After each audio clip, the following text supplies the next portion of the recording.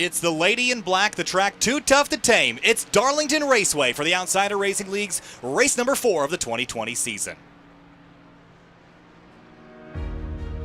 You can see it's getting darker and darker, and there's just no way right now for these drivers to know exactly what's going to happen. These guys are going to have to be really, really careful and tiptoe around the track until it's either Not even 10 minutes into this race, and I feel like we've got enough strategy going on for a whole event, but still a long, long way to go. There's Yellowstone, there's Yosemite, but for racing fans and for Grid Life's Elkhart Classic, the destination is Road America, the National Park of Speed. Free ride in the front of the field here. Look at Emil Tab up the inside for the race lead. We head down to the first corner. These guys have no idea what they're coming into. Look at this field. They're 2 wide, 3 wide, a couple places slipping. Side by side for the race lead. 54, 48 through 3 and 4. Working lap number 60, 110 laps to go. Yusuf Ghali, power move to the bottom of the racetrack, making the short way work. They're going to touch down the hill. This will be a great run for Fuller here. Yeah, typically we'll ran off the track in the final quarter. That allowed Fuller to get a massive. Here he comes. Does he have a look? Oh, big block here by Sanfilippo. Into the grass goes Ben Fuller toward turn 1. And Sanfilippo hangs on. He's loose. No! And he crashes hard in the exit of turn number 2. Don't try here, boys. They're going to do it. Briscoe backs out. They touch. They're going to crash. Briscoe going to slam the attenuator hard into the wall. And Jared Tesson hits him as well. That's big damage on these cars. That's huge. Number 4, people are struggling for grip, going out of every single lane, trying to then run. It's getting really insane. Powered by AWS for the Intercontinental GT Challenge, powered by Pirelli at the Indianapolis 8-hour. We are 7 hours and 18 minutes into this 8-hour. The braking zone for the bus stop. This is where Brussi really seems to gain on the start. James Houghton looking for a place to go, but he's got Austin Cobb to the inside. A bit of a gap behind. I think that's about 15th or 16th spot as they come out of turn 3. Big slide off with it. Getting a run. He's got it. Going to be a drag racing line. Final corner. Checkered flag waving. Here they come. At Virginia National Raceway. To the line. Thompson, Darling, door to door. Banging doors. Fender to fender. I can't believe what we just saw.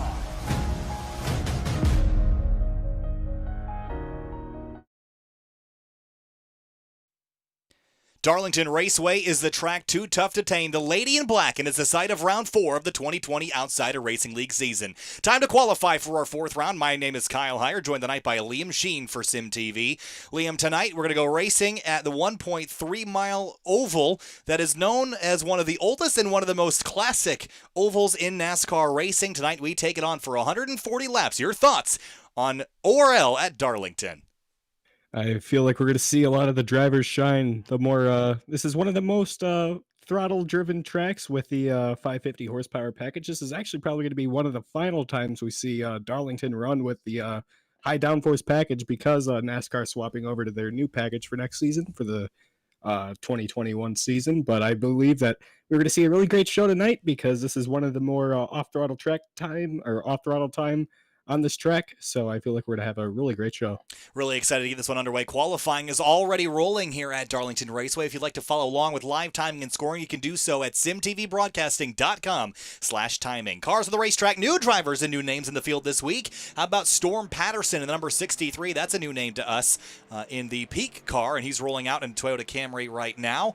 AJ Stravato is back, RJ Root, and so is the rest of the field. A fairly sizable grid here this evening. Eric Hutton is back in the number 88, and guess what we're doing? It's throwback night here for ORL, Liam. Going to see lots of paint schemes from times gone by. There is a number 12 with a classic scheme we all know and love. Other drivers here with ones that are a little bit more recent. 15 of Alex Bell running a Dave Blaney throwback to about 2007. That was one of my favorite schemes back in the 07-08 era, so glad to see Alex Bell rolling that tonight on the Sim TV number 15 car. So Adam Cabot is here, so is Jeff Wright. Jeremy Miller in the number 30, rolling the pink colors on board that car this week. Zach Floyd already going quickest with a 27.453. Liam, we talk about Darlington. The big challenge here, if you look from at the racetrack from up above, is obviously the track is tighter at one end than the other. Turns 1 and 2 a lot wider than 3 and 4. And by this point, this is a challenge that every driver knows. Some people love it, some people hate it. But how much of a wrench does this really throw in a schedule, or is this something that drivers have gotten used to over time here? It kind of depends, especially with this package change from last year and from years prior. You have to really enter really high to the wall, so people may slip up here and there with their entry into 3 and 4. 1 and 2 is a little tame. You can pretty much full throttle it or maybe blip off it, but 3 and 4 is going to be the treacherous spot, and I believe it's thrown a real wrench in the game with how they have to drive this track. Angelo Ronis in the number 29, he comes on through to start a flying lap here, and the Halpern Enterprises cars, the 26 and the 25, running Eddie Van Halen commemorative scheme, so that's really cool to see. You see Ronis enter the back straightaway now. The speeds here climbing well into the 185-mile-an-hour range. Look at the sun off into turn 3, Liam. How much of a distraction is that for drivers here tonight?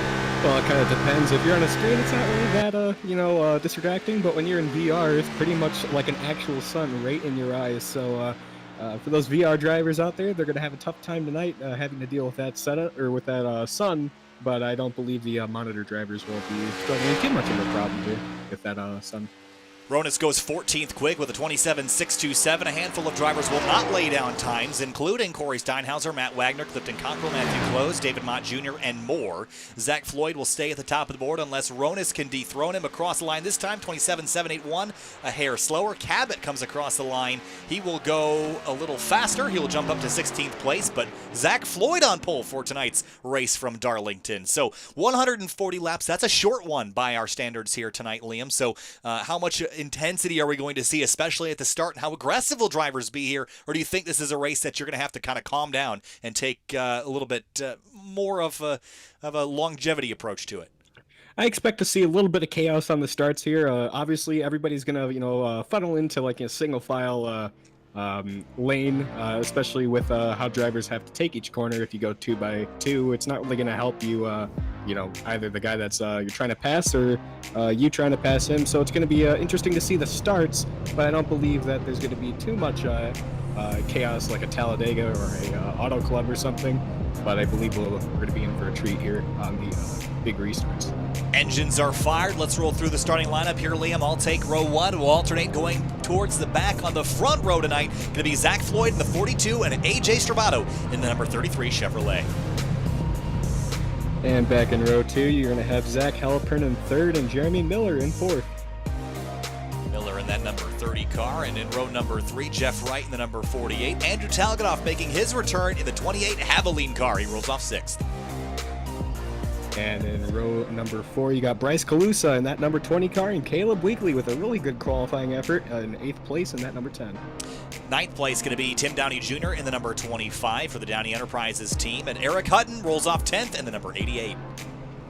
Brian Chambliss in 11th in that number 9 machine, as well as RJ Root in 12th with that number 8. 13th place inside of row number 7, Jonathan Hernandez in the number 1 car, and Angelo Ronis starts 14th in the number 29. And back one more row, you got Brandon Bowers in that 31 in 15th, and Adam Cabot with a pretty surprising qualifying effort in 16th. And not as high as we'd expect to see him. Alex Bell rolls off 17th. Same can be said for Bailey Turner, 18th place start in the number 24. And you got Matt Burgess, I hope I got that correctly. Sounds like it. 19th. And Storm Patterson in 20th with a series debut. Yeah, Casey Licata starts 21st alongside Sam Devontier, the number 99 in 22nd. And in 23rd, you got Clifton Cockrell in the 16 and Matt Wagner in the 18. We'll let the rest of the field scroll on the bottom of the screen. Only a couple more rows to go. As we head down into turn number 1, we'll have a quick look here at our weather conditions in just a little while. But Darlington Raceway, very famous for being one of the oldest tracks in NASCAR, constructed in 1950. So it's been around a couple times here on the NASCAR circuit. It is home to Darlington, South Carolina. 6,200 the population around here. Not a whole lot of folks in the Darlington, South Carolina area. And of course, this racetrack very famous for very many reasons. 4 turns, 1.366 miles around here. Here is a quick look at our weather information. Air temp 88, track temp 89. Not a cool night, but it will cool as we go.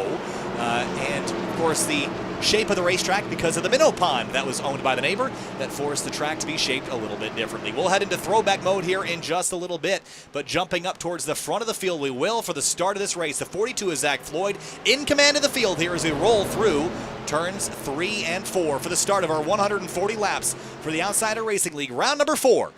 The track too tough to tame. The lady in black. Right now the walls are white. They will not be at the end of the night. Green flag flies, and we're racing from Darlington. 140 laps in round number 4. AJ Stravato making no wasted time on the inside, trying to get to the inside of the 42. The 42 is going to get that run off the corner, makes contact with the wall, just barely. He's going to be side by side with AJ Stravato going into 3. He'll have that high side, that prefers line going into 3, and he'll keep the lead. Great start there for the number 33, but it looks like Floyd will power along the outside lane. That's sort of what everyone's used to doing here at Darlington. Halpern second, Stravado third, Jeff Wright fourth, Miller fifth as they come across the line to complete the first of 140 laps this evening. A lot of revolutions to do this time around. Yeah, everybody getting really close to that wall. Oh, contact back further in the field. People are scattering to avoid, but that 42 is going to keep the top spot, running right against that wall. I'm not sure exactly who that was that smacked the wall there. We got a better look at that car there. I can't really pick out a number on there, but they have some right front damage on that Chevrolet. We got to make a little reboot here of the timing and scoring software. New glitch that got introduced today. We'll get that booted right back up for you here for the remainder of the night. And as we head back into the race, oh, trouble! The car's going to get spun on the back straight, on the front straightaway here, and big crash there. That'll bring out our. We're still green now. RJ Root in the 8 car, I think, is the one that got turned. I thought that'd bring out a caution here, Liam. It doesn't appear like we're going to get one. Yeah, 2 consecutive laps. That 8 of RJ Root smacked the wall there off too, and that time he hit it just hard enough where it ricocheted him right off the wall. Adam Cabot around, and that's gonna. Not going to bring out the caution, but oh man, that's such a shame for Adam Cabot to be out in contention this early. Yeah, here's a look. You see the 8 car just get in the fence, get turned off the nose, and wow, what a wallop. That was a big hit there for those cars, and they're out early. No chance that they'll get those cars recovered. That's pretty much day over. Here for the race lead. Here comes the 26 of Halpern. The driver's left down the inside for turn number 1. He'll take the lead away. The 42's in the fence, bounces off, and here comes AJ Stravado up the inside. Yeah, that 26 waited for the moment, and that 42 is going to smack the wall again, just barely, but he's going to be just fine off that corner. But that 42 is going backwards in a hurry, but that 26 and 33 waited for the right moment, and they finally took advantage of it. And Zach Halpern, I believe. 30 car Miller, bit of a slide off of turn 4. He's got the 42 tucked in behind. Andrew Telganoff, and the 28 car has found his way into the mix as well into turn number 1. Hole opens up. He's going to try to get the nose down there, but it's a bad place to try to initiate a pass there. Yeah, Andrew Telganoff with a really strong run. We've seen him have a lot of strong runs to start the season. Just hasn't been able to cap him off with a good finish, but he's going to try to knock on the 42 for the top 5 spot. Meanwhile, behind him, Brian Chambliss in the 9 is on the inside of, that is, I believe, the 1 car of Jonathan Hernandez. No, it's at the 16. Who is that on the outside? It is the one of Hernandez. That is the one. Running the 3M. Is that a Greg Biffle throwback? I can't really tell. Might be. Maybe? Yeah. It looks like a throwback at all. Here's Brandon Bowers in the 31 up the inside, and big slide and a touch there. I don't think there was a touch. I think there was just a little bit of anticipation there by the car on the inside of 31, but good bit of front-end damage. I believe that is from the 8 when he smacked the wall off turn 2, so good bit of damage on the 1. We'll see how that affects him later in the run. Laps taking off left and right here. Meanwhile, deeper in the field is Casey Lakatos in the number 50. He's on the bottom. A big slide onto the apron as the 40 or 64 Ben Lafter is going to go to the bottom of the 12 of Burgess. They're going to touch out at turn number 2 and scatter down the racetrack. Yeah, a little bit of connection issues there, but no problem there. But yeah, it seems like this turn 2 wall and turn 3 wall have been a really big victim of a lot of people's troubles here tonight. Well, they don't call the lady in black for nothing. It's going to be covered in black marks for all these cars rubbing and grinding along the Armco and the safer barrier tonight. Alex Bell in the 15 trying to size up the 1 car. Oh, they're both going to get into the fence out of turn 2. That wall is getting plenty of action. You see cars slip and slide and pancake off of turn number 2. Yeah, I'm surprised everyone's being this aggressive with how they're driving right now. I would think that with how much off-throttle time there is, people would, try to relax and, try to save some tire for later in the run and pick them off one by one. But no one's wasting any time as the 29 goes to the inside. He's up a lot of spots from 14th to 8th. Well, I always say that every time you come to Darlington, you will not hit the wall until you hit it once, and then you'll hit it a whole bunch of times after that. It seems like you're getting magnetized to it the second you lay a fender on it. There is a big pass for 5th. Talgadov to 5th. Zach Floyd back a spot, but he makes the crossover and tries to launch an attack on the front straightaway. Can't get there. Tucks back in behind. Yeah, it looks like that 42's burned up that right front a good bit, especially with that wall damage there. That 42 is quickly going back, and I don't think that'll stop. And he'll just have a bigger and bigger trouble as the 30 goes to the inside. And that Alex Bowman throwback, he'll get back in line, not lose a spot. but Jeremy Miller with the problem early. He gets all the way up against the wall. No contact there, but he'll get it back going. Here comes Talganoff to the inside now down the front straightaway. 1, 2, 3. Halpern, Stravato, Jeff Wright. Really liking the look of Halpern's car here early. That team has struggled tremendously. The Downey Enterprises team. They used to be the juggernauts of this series. They have really fallen off pace the last season and a half or so, but now Halpern's out front leading. But there is more passing going on. Zach Floyd wants back into the mix. He'll go down to the driver's left of the 30. Yeah, it's been a really frustrating start to the season for Downey Enterprises with the 25 and 26. They've been DNFing a lot, and Zach Halpern finally has his golden opportunity with Connor Horn absent. He can take this advantage and try to snag a win. Speaking of Connor Horn, he's playing Larry Mack tonight. He's just told us that it's been 37 races since Zach Halpern has won an Outsider Racing League race, and how hungry he must be with the Eddie Van Halen decals on the side of the car. This would mean a whole lot to him. AJ Stravato, for the longest time, he could not find his way to a victory lane if it hit him in the face, but he's been winning left and right. The leader gets in the fence, and now he looks extra hungry right behind his 26 Toyota. Yeah, this 26 was looking pretty stout until he smacked the wall there. We're going to see if he hits it again off turn 2.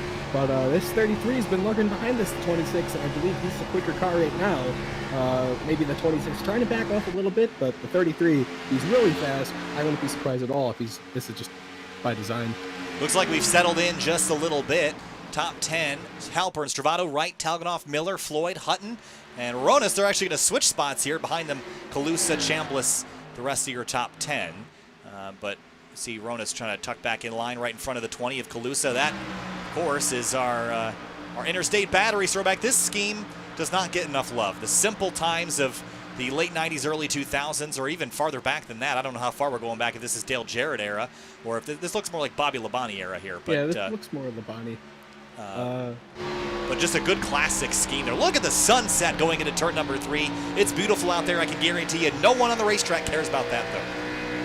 Circuit City, that's a real throwback there, but yeah, it seems like the sun hasn't been too much of a problem as AJ Stravato goes to the inside of Zach Halpern. He's going to try to take the lead away from him. No, he won't. He'll slide right back in line behind him, and they'll be rocketing off turn 2. Not really close to the wall. It seems like everyone's starting to get away from it a little bit, try to be a little bit more careful.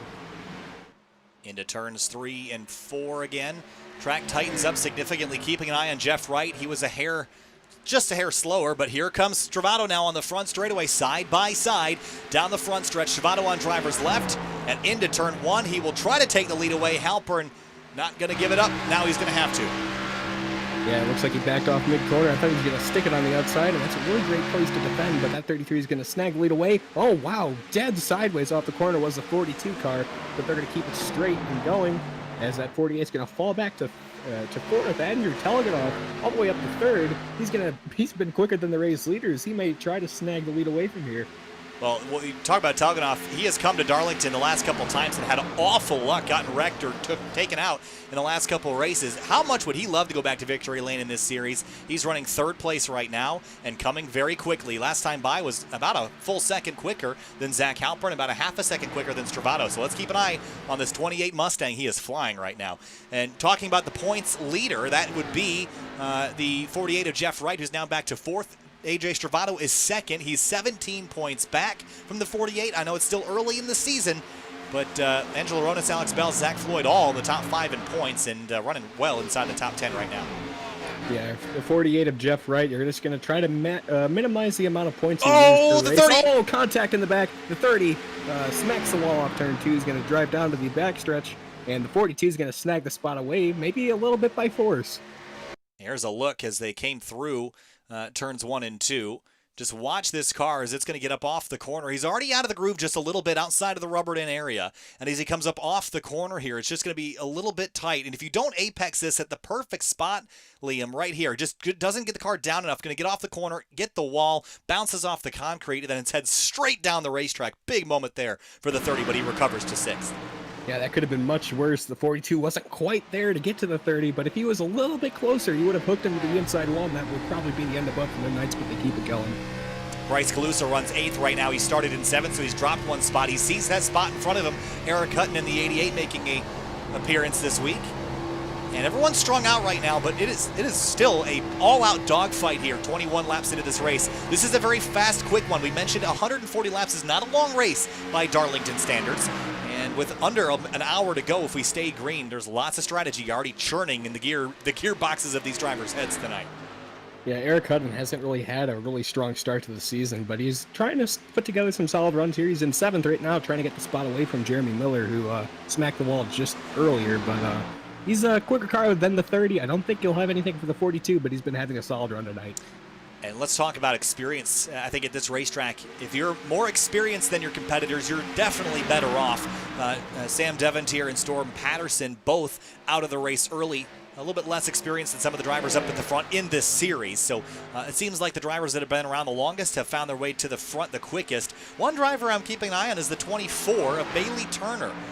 He's running 10th right now. This has not been a great start to the season for him. He has started all 4 events so far. He sits 23rd, and that would be, he dropped 6 spots in the points from last week alone. So this is really not the start to the series that he wanted this time around, and he has some work to do to grab some points.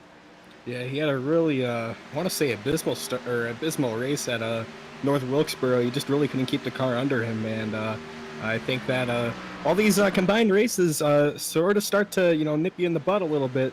The first opening races are probably the most important in any season, in any series, and looks like Bailey Turner is paying the price right now with a 23rd place in the points. Good battle back here. The 23rd place car, Corey Steinhauser in the 65, Matthew Close in the 92, and Matt Wagner in the 18. Wagner is a driver that we've been kind of waiting to come into his own. He has not had the success I think he would have liked to start the season.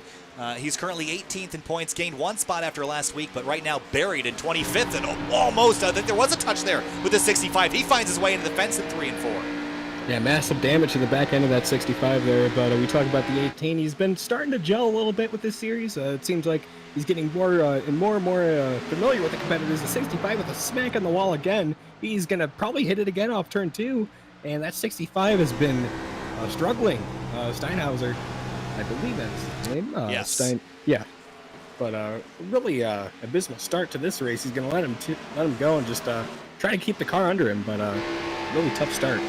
Well, keeping cars under you is one thing. Keeping cars behind you is another. Jeremy Miller has got a mirror full of Eric Hutton down the back straightaway. Bryce Calusa tucked in behind. Nose to tail line astern, 6th through 9th. And Bailey Turner in 10th to that group. And here's the 88. See that right front damage already accumulating there. And that's something you don't want to have 26 laps into a 140-lap race. Yeah, if you smack it, you want to make sure you only smack it one time. So Eric Hutton's probably he's trying to get by this 30 car, but this 88's been really aggressive with this 30, and I'm kind of surprised by that. I mean, it's only lap 27. There's really no reason to be all the way on the back bumper of him, but really shows how close this racing is overall. Well, I think the challenge is, the 30, they're all going to hit the wall. 1, 2, 3, all going to pack it in. And let's think about more drivers that do not have damage. I think the 33 is one of them. The 26, I think, has gotten into the fence fairly significantly. The 28 car has that car perfectly clean. And like I said, Liam, the second you touch the wall, you're going to start becoming a magnet to it here. Look at Talganoff with a great run here on Halpern. He's going to look for a second. No, he's going to stay in line. A lot of patience here by Talganoff early in the going. Yeah, I think he realizes that there's really no need to, go for it. He knows he's quicker than the 26 car, but he'd rather get it on, on attrition. More, you want to have the pass really made for you. Here he goes. He's going to get a good run into the inside. It's going to be side by side with the 26. Oh. Runs really high, smacks the wall a little bit. I believe the 28 has a little bit of right rear damage from that. I'm not too sure. Did they touch? I'm not sure if they did. Let's go back and have a look here and see if there was contact. I don't think there was. Off into turn 1. Here's the 28 underneath the 26. He's going to make that hard left turn here. The 26 bounces off the wall. I don't think they touched. I think the 28 got through clean. Yeah, looks like the 26 just ran it a little too wide there, but that 28's going to set his sights on that 33 car. And Andrew Talganoff moves his way up into second with a really strong performance. Bryce Calusa on the inside of Jeremy Miller. This is for 7th place. And anytime you're side by side, this is one of those racetracks where you want to have the pass done before you get to the corner. A lot like a road course. Really dicey at the exit of 2. Man, that was so close. I thought for sure he was going to smack the wall over. But Jeremy Miller has been going backwards fairly quickly. He's going to drop all the way back to 9th place, possibly 10th. And 11th place isn't too far back. So Jeremy Miller really has to pick up some speed now. He's going to try to get to the inside of the 24. Not going to happen. 30 clean laps so far, no cautions to speak of. We've had a handful of drivers retire. Sam Devontier, Storm Patterson, RJ Root is 21 laps down, but he's back out on the racetrack. Adam Cabot is done for the night. So we've had 4 or 5 drivers with fairly significant damage. Caleb Weekley's back out. He is on the lead lap, but 26th place. You see AJ Stravato closing in from behind. Stravato, last time by, though, was a hair slower than Andrew Telganoff, who is coming with a vengeance. Yeah, that 28 really hungry for a win. I don't believe he has one in here. Maybe if he has, it's been a good while since he's won, and it would be really nice for Andrew Telganoff to snag another win here tonight, and he'd be going against one of the best in the league. And I know AJ Stravato's really hungry for a win as well. It's never been a question to the pace of Andrew Telganoff. It's just been the luck or the lack thereof that he's had. Oh, there's a big scramble in turn 3. Brian Chambliss up in the wall, and that scattered everybody there just a little bit. Let's have a quick look. It's been a rough few weeks for Brian on iRacing across a lot of leagues, and Brian Chambliss smacks the wall there, and that's going to be a significant amount of damage there, actually. Yeah, he tried to move over to let the 29 through, and I think they just ran out of space. That was a pretty solid lick to that outside wall there. We don't even know how much damage that exactly is, but that right front's definitely pushed up a good bit. Alex Bell's got a bunch of right front damage on that car. So does the 29. And I guess you can take a shot every time we say right front damage because you're going to say it a whole bunch tonight. Brandon Bowers in behind. That car has a little scrape on it. Not too bad. But I think it's going to be who has the least damage at the end of the night that will be in contention for this race win. Yeah, it's going to be whoever can keep their car out of the wall. And it looks like the 33, 28, and I believe the 48 have been the ones that have been able to keep it out of the outside wall. But man, a big battle back here. The 31 goes to the inside of the 25, I believe. No, that's the 15 of Alex Bell. And Alex Bell charging hard on the outside. He's going to be side by side with the 31, trying to get a really good run going into one. Maybe try to snag this spot away again. Great run so far for Brandon Bowers. He'll take 10th place away after starting back in 15th. He is through. He's got quite a bit of pace right now. Bell's going to try to cross him up. He does a good job there getting the run built. And now he'll have a drag race into turn number 3. Can't get alongside, though. Bowers stays P10.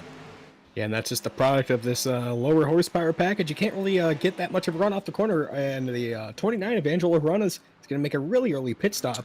And I believe this is going to start a green flag pit stop, so I'm not sure if the window is open. Well, I think you might run this race in reverse. He might think, that, okay, this race might go green. Let's pit now, and let's get ourselves on a sequence to take us to the end of the race and run it like a road course where you plan out from the last lap where you need to be. So that could be what the 29 is doing. Otherwise, it could be another issue that we're not yet aware of. But across the line now for Stravato, lap traffic to deal with. Telganoff, though, a little bit slower, so that gap is expanding as it stands. Yeah, Andrew Telganoff and AJ Stravato, they've been kind of trading lap times back and forth, with who's quicker and who's slower. But Telganoff is just going to settle in second for now. I believe he knows that he doesn't really have to snag the lead away right now, but he's going to, oh man, he smacks the wall there a good bit. But he knows he doesn't have to take the lead away right now. He just has to get it to the pit stop and focus on then, or there, when he gets to that, to charge for the lead. So 38 laps into 140 here tonight as we navigate the 4th round of the 2020 season. Oh, there's trouble. There's a crash. The 28 car's in it. And that's big damage there. And that will probably bring out our yellow flag. And man, Andrew Telganoff's luck just, man, you really hate to see it. I'm not sure. Yeah, I can't even tell if the yellow flag's out. No, we're still green, still green. But the 28, man, his bad luck just continues. It doesn't really look like the damage is too bad, I would say.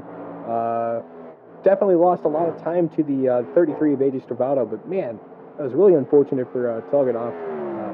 Not really sure why the lap car decided to go high there in 1 and 2, but he might have actually. That damage is not that bad. It's not great, but there are certainly drivers with worse damage out there. I think because there was a car between him and the wall, it actually sort of helped not damage that car. He didn't hit concrete, he hit another car, so they kind of squeezed each other against the fence.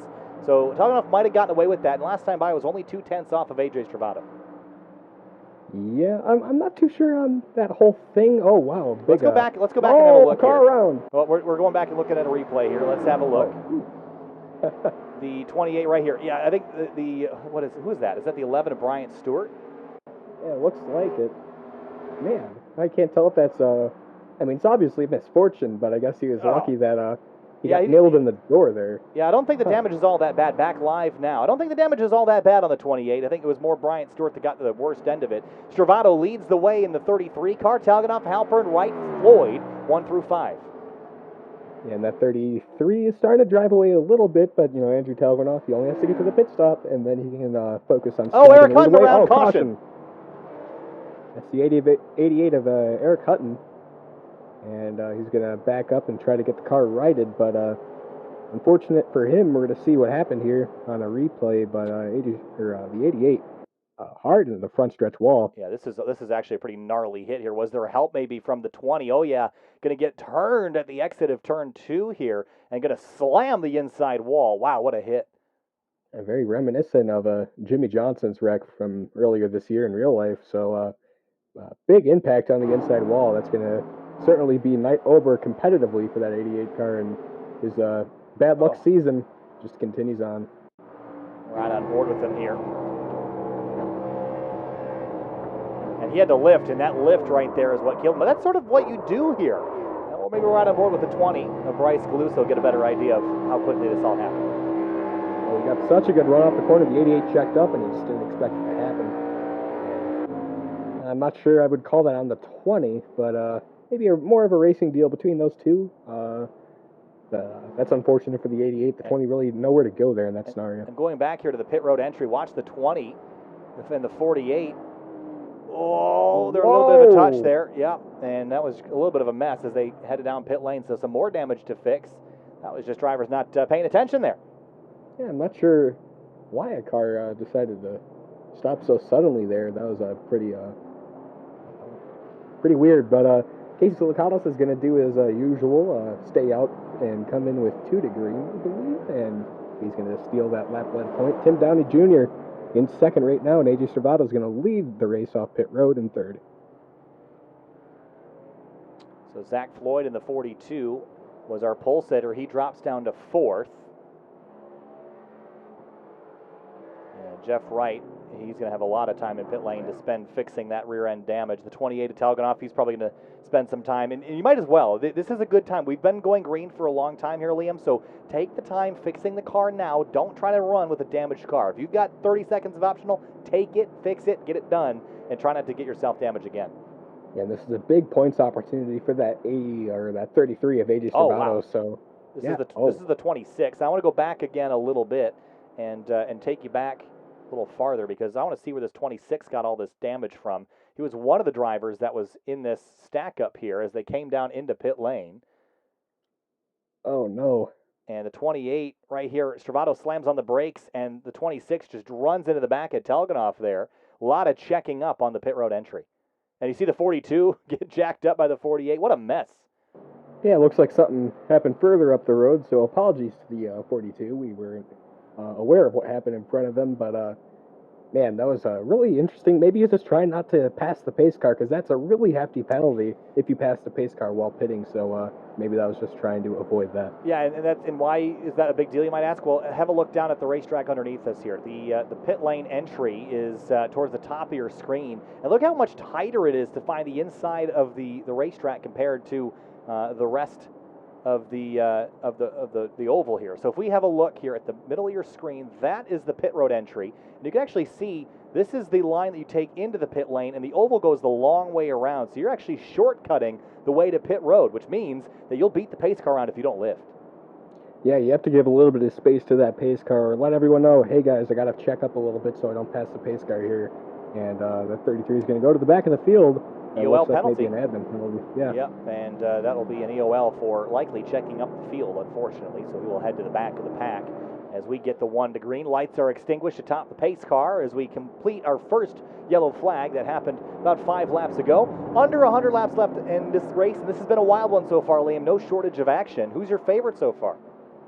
Well, I can't really pick out a favorite now since they're towards the back. I guess Andrew Talganoff has shown he's really flexed his muscles with this track and his experience around here, and he really shows that he knows his way around Darlington. Zach Floyd, he'll snag the lead away again. I wouldn't look too far past him. Brian Chambliss in third. He rallies back to that spot as well.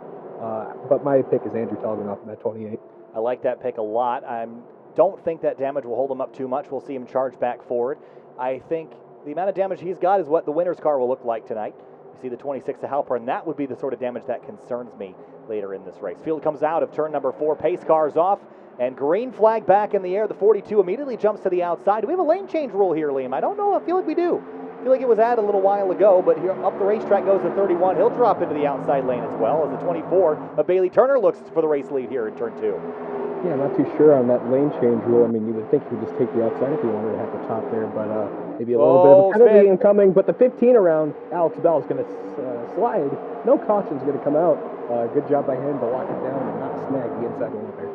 And we'll save it and continue. Still green flag racing right now. Look at this gaggle out of turn number 4. The 48 of Jeff Wright chooses the bottom of the racetrack. Outside is Eddie Trejo. We haven't seen him all night long. And that white and black and gold number 21. Halpern back to 8th place. Jeff Wright. Jeremy Miller, the rest of your top 10. Yeah, for the first time tonight, Bailey Turner is going to snag lead away. He'll be the leader over Zach Floyd and Brandon Bowers. And here comes the 30 to the inside on Jeff Wright. He's going to think better of it to challenge there, and that 48 is going to rocket by on the outside. There's Talganoff on the outside lane. Look at the big run he's got, but nowhere to take it. He's going to try to squeeze up the outside, and he will get there. The 30 moves drivers left to leave him space. And watch this 28 car come back forward with an outside lane, jumping back to the front. Turner, Floyd, Bowers, your top 3. Floyd wants his way back around. He's tight out of turn 2, almost gets in the fence. Yeah, that 24 is trying to get as far away from that 42 as he can. This is a track where you can try to break away from the rest of the field. You really don't see that much with the 550 package, but he's trying to break away and check out from the field. The 33 is challenging the 28 on the outside. These two have been battling the whole race, and AJ Stravato already coming back from his end-of-line penalty. He's going to try to take the top 10 spot away from Andrew Talganoff. Yeah, he's taking it and running with it right now. Can't get by the 28 car of Talganoff just yet. They were battling for the lead on the previous green flag run before the caution in the pit stop sequence where the 28 got damaged and the 33 got a penalty. For second place, Brandon Bowers is coming with a head of steam. He wants to grab it from Zach Floyd. Bailey Turner trying to run away, but he has not been able to build much of a lead. And an update on that last place battle. The 77, who is really high in points, he's going to snag that 29th spot away from Storm Patterson. So that's big in points. It may be 1 point, but it certainly racks up towards the end of the season. Bailey Turner has gone 46 races since his last win at Rockingham Speedway. Been a really long time. That's basically 2.5 full seasons here in ORL, and he is hungry in that Chevrolet, that number 24 out front right now. Floyd has never won an ORL competition, and he wants to get there now. Yeah, I'm sure a lot of drivers are hungry, and no one's hungrier than this 42 car. He's had a little bit of trouble here tonight, but he's been a really quick car, especially with this damage, and he's really taken the fight to that 24, who has a clean car, so it really shows the speed in that 42. The rest of the field comes up off of turn number 2. Bit of a stack up behind the 9 of Brian Chambliss off into turn 3. I'm watching Stravato in the background, having a look at Talganoff, but nowhere to take the speed. And Talganoff's going to move over drivers left as they come out of turn 4. Will the 33 go up the outside? No, door gets blocked. Yeah, and he's going to try to box in that number 28 with that 48 car. That 48 car is certainly slower of these 3 cars. That 28's going to try to use the outside to try to get that run. The Cockrell slow on the outside, going to squeeze him, and they're going to touch. 16 slams the wall, the 30 spins. Still green flag, no caution. Oh, that's probably going to have to be caution. That's, man, that was, that unraveled quickly. There's caution. Jeremy Miller with a lot of damage is going to be the big loser out of that, as well as a 16 car. But man, we saw that coming on that front stretch when he got boxed in with that 48 car. And looks like a little bit of a checkup further ahead as we look on the replay here, as that 16 ran really high in 1 and 2, and that was a little too high for his liking. He had to check up a good bit. Andrew Talganoff with a little bit of damage, and once again gets a little bit lucky with that 30 with a really weird kind of contact there, maybe a little bit of neck coat at the to blame for that. You see this 30 snags left. That's kind of strange, but Jeremy Miller with a good bit of damage. He's going to be out competitively. That 16 is probably going to be out of the race, but man, that was a little violent for what that was. So Clifton Cockrell, just a little bit of checkup. That really shows how tight things are at Darlington, and that 16 just slams the wall there, and they both go rocketing to the inside. We're going to take a break. We'll be back here in just a few minutes for the return of the Outsider Racing League from Darlington.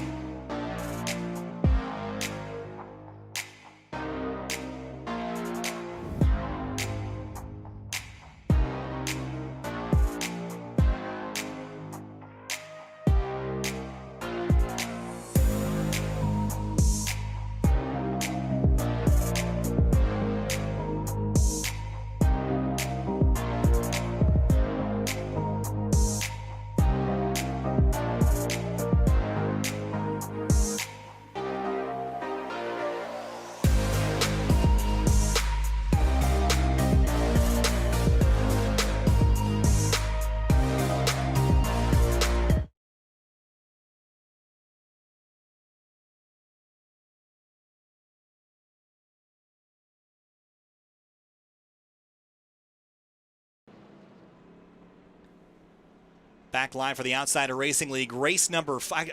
Keep saying 4. It's actually race 5. We missed around, or race 6, actually. We missed around last week. I was away. The stream was not supposed to be broadcasted, and it was not. I heard it was kind of a mess, so we ended up kind of dodging a bullet there, Liam. It's been a wild race so far, to say the least. You've only had 2 cautions, the most recent involving the 16, the 30, and the 28. Zach Floyd stays out front right now in the number 42. The 28's got himself wrapped up in some issues, so who's the new favorite? Is it still the 28, or is it somebody else? I don't know. Brian Chambliss has been slowly working his way forward, but that 42 car, with that damage, he's still proving that he's one of the cars to beat. And I'm kind of curious on that 33 car. It looked like he had a little bit of a scrape with that incident there. I'm not sure if we can get a camera on him, but it doesn't look like too much damage on there. Maybe he may be a good car towards the end here. And Andrew Telkinoff, he's not too far back. Actually, no, he is. He's actually outside the top 15, so that's really unfortunate for Telkinoff. But that 33, he's been strong, and maybe he'll probably try to snag that top spot away quickly here. He's been charging through the field after getting that EOL, and I wouldn't be surprised at all if he tries to get by that 42 in the opening laps at this restart. I want to talk to Tim Downey Jr., who is currently running in 7th place. And Tim Downey Jr., Kyle from the SimTV booth. You got a copy? Yeah, I got a copy. How y'all doing tonight? We're doing great up here. It's been a wild one so far. Loving the livery you got on that, the Eddie Van Halen scheme tonight. Running in 7th place after starting in 9th. We only got a 1 lap to get this through, Tim. So how's it been out there so far, and do you think you got a piece that can go out there and win? I definitely thought we did have one. I hit the wall a couple times. I didn't think there was going to be any speed in it, but now I do, and I think the pit strategy might help us here, and maybe we'll have an extra set of tires towards the end. Maybe we can contend with these guys. All right, good luck out there. We'll see you later. All right, so it looks like we'll get him right back to work here as we come to the restart this time through. Double file restart. The 42 this time takes the outside lane. This is what I would have done the first time, Liam, if I was in Zach Floyd's shoes. If you want the outside lane, just take it. You've got the choice. Well, given he hasn't gotten that penalty, I don't think there is a lane change rule. So pretty interesting for him to quickly swerve up to the outside there. But that 42 is going to take the outside here. But we're going to have a really hectic restart. Brian Chambliss also really hungry for a win. I'm not sure how long has it been since he won, even if he has. I haven't followed this. I never recall Brian Chambliss getting a race victory. We'll see if he can do it. Starts second for this restart as we come out of turn number 4. Green flag back in the air, and this time Zach Floyd gets a nice clean getaway. Green flag flies in the 28 all the way towards the back of the pack in 19th place as we head down into turn number 1. Yeah, that 26 is going to hold it strong on the outside of that number 9 of Brian Chambliss. With that front end damage, he's somehow going to try to snag second. They're going to be dead even off the corner. Zach Halpern really close to the wall, but he'll still be side by side with that 9. He's going to clear him going into 3, and now AJ Stravato already up 3 spots now. He's going to go for 4 on this number 26 car, Zach Halpern. Oh, big hit behind him. The 25 crash. hard in the fence out of 4. He pancakes the wall, the safer barrier, the concrete, everything. Gets split middle 3 wide and hunting for safety down by the apron. Man, that was somewhat of commentator's curse. We just talked with him on how quick he was going and how confident he was. Oh, more trouble. The 9 car spinning. The 9 hits the wall. No caution's going to come out. Everybody gets by him. Good job by everybody. Good heads-up driving. But that 9 with a big slide down. We're not out of it yet. There they go. Everyone's crashing in turn 4 now. And that's the big one here at Darlington. 5-6 cars involved, and that 12 car is going to go around. The 18 involved as well. That's unfortunate for him. But, man, that was a big gaggle of a restart. What the heck happened? Man, it was hard to keep up with everything, but let's go back like it to started further up ahead. I want to go back to the 9 cars incident. This is the first thing I saw go awry, and here's the touch. Halpern in the 26, they get together. He gets just drilled. The 9 car comes back across the racetrack. Look at the 24. Look at the move he made to miss this. In the 31, wow. Oh, I think he got in the wall, though. He definitely got it. Then we go back full speed here, and that's where everything else breaks loose off into turn 4. Halpern and the 21, they all just run into each other at that point. Yeah, everyone piles up, and oh man, Case Licaudis also involved there. Just nowhere to go there in that incident. A little bit of front end damage there. Oh, maybe? We got to go back. I mean, we got to look at this from the sky. I can't get everything in one shot. Everyone stacks on up to 50. Wow. Wow, that was close. I mean, it may not be, physically close, but when you're going, 180, 160 through that corner, trying to check up and miss those cars, it's really hard to do. It's right on board with Bailey Turner through the mess. Wow. That was awesome. We got to go back a little bit farther to check that out. And here's a look off the rear bumper where everything else goes awry. There it is. Big winner out of that was a 20 car. He flew through the field.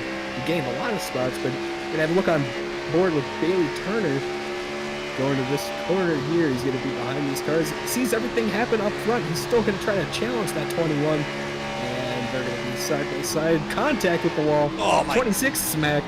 And, oh, holy cow. And we also heard that the 30 car did a pretty good job missing it. We're right on board with him. Off into turn number 1 here. The mess will happen in front of him.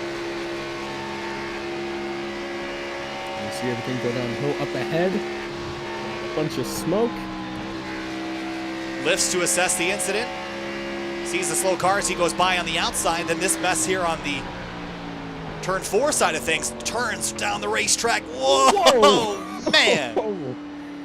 Oh, wow. I thought it was going to be pretty calm there, but man, that 12 shot down the racetrack, and the 50 of Casey Lacadas is going to go through all these cars here, and right on board. They're going to have a big gaggle up here. The 15 Alex Bell on the inside. He gets through, and whoa, splits the middle. And the 18, oh man, the 65 and 18. Yeah, so going back to how this all started, and this is really where we're going to see everything kind of happen here, is they come up off the corner, and I think the 26 was upset with the 9 car at Chambliss. But if you watch, I think the 9 car tries to go up the inside here. The 26 turns down.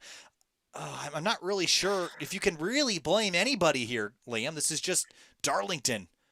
Yeah, it's just a product that restarts with this low horsepower package. You have to make the moves happen.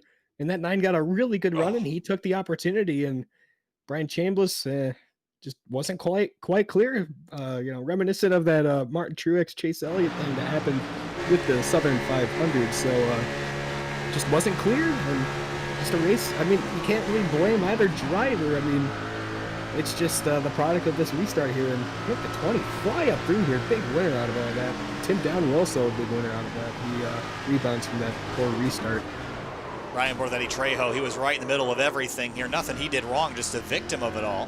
But with all that done, we've gotten back to 1 to green here, and wow. Oh. That was definitely the big one. Darlington, never thought I'd see it. But, man, I don't think it could get any bigger than that. No, that was a mess. Zach Floyd still has outlasted the 33 Estravado. The 24 has earned his spot in 4th, avoiding all that chaos and confusion. He runs in 4th place right now. Then Bryce Calusa, you mentioned, up to 5th. Our field got reduced by about 5 cars there, and probably another 6 or 7 with severe damage. And it's looking kind of it looks like skinnier than it did before. Yeah, it looks like Talladega a few weeks ago in the Cup Series. So, man, not really many cars left. I think maybe under 25 still running. So Andrew Talkanoff, he's making his way through the field, but the pace cars are going to duck on the pit road, and the 42 is going to lead the charge to the green flag, and he's going to get on the gas about right now. And the 42 is going to lead him to green. The 33 on the inside, he's been really quick. We're going to see if Adrian Stravado can try to snag it away here quickly. Good clean getaway for the 42. Stravado now through to 2nd. Bailey Turner, he wants to grab 3rd place away from his 48 car nemesis on the inside, and he's through. The 33 is going to cross over. Big dive up the inside at the exit of turn 2. Big slide behind him for the 92 of Matt Close. Now for the race lead. Here comes the 33 into turn 3. He's through. The 42 up the racetrack. Yeah, really aggressive moves from Adrian Stravado. I thought we were going to see some contact off turn 2, but the 24 not letting the 33 really close. The 24 with some contact with the 42, and they're going to single file out here. Bailey Turner's going to try to take the fight to the 33, but Adrian Stravado is going to try to drive away here.